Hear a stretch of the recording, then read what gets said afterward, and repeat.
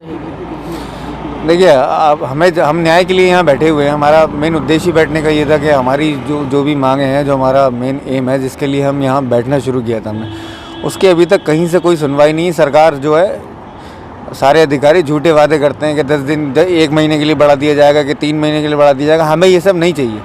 1 महीना, 2 महीने, 3 महीने, 6 महीने हमें नहीं चाहिए। हमें एनएचएम के लिए आपने इंटरव्यू कराया था, हमें अपनी एनएचएम की पोस्ट दे दीजिए।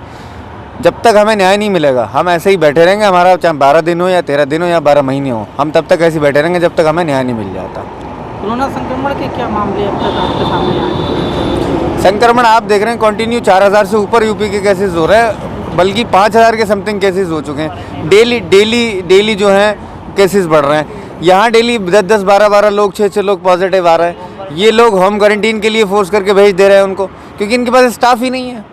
आप ये देखिए, पूरे इंडिया में जहाँ लोग प्रिकॉशंस ले रहे हैं कोरोना से बचने के लिए, स्टाफ बढ़ाया जा रहा है, हॉस्पिटल्स खुल रहे हैं।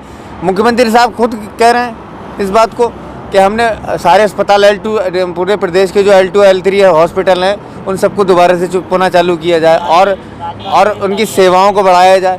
लेकिन यहाँ देखिए आप, बरेली में लग रहा है कोरोना है ही नहीं। होम क्वारंटीन कर दे रहे हैं, स्टाफ बाहर बैठा है, किसी को कोई परेशानी नहीं है। सब आराम से अपने अपने काम कर रहे हैं। ना प्रशासन सुन रहा है, कोई सुन रहा है, कोई नहीं सुन रहा है। इसीलिए हम यहाँ बैठे हुए हैं। आप बताएं कि इतना सब कुछ करने के बाद, इतनी सर्विसेज देने के बाद, अपनी जान को जोखिम में डालने के बाद उसका ये रिजल्ट है।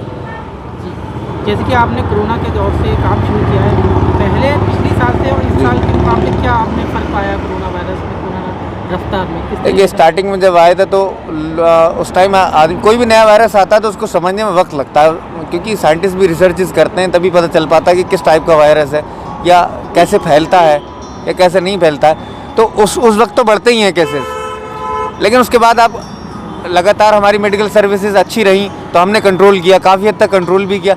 अगेन फिर सेकेंड वेव स्टार्ट हो गई, मतलब हम ऑलमोस्ट ख़त्म कर चुके थे, लेकिन फिर से दुगनी तेज़ी से दोबारा बढ़ रहा है। तो उसके लिए तो आपको पहले से ज़्यादा रफ्तार से ये जी, पहले से तेज़। आप देखिए, पहले जो रेशियो था वो इतना तेज़ नहीं था जितना इस वक्त है, अब और तेज़ी से बढ़ रहा है। तो उसके बावजूद स्टाफ बाहर बैठा हुआ है, ट्रीटमेंट्स में डिले हुए जा रहा है। आज हमारे धरने को 13वां दिन है और अभी तक हमारी कोई सुनवाई नहीं हुई है। कहीं से भी किसी भी प्रकार का कोई भी आश्वासन नहीं मिला है हम लोगों को, और कितना भी समय लगे, कितने भी दिन लगे, हम लोग ऐसे बैठे रहेंगे।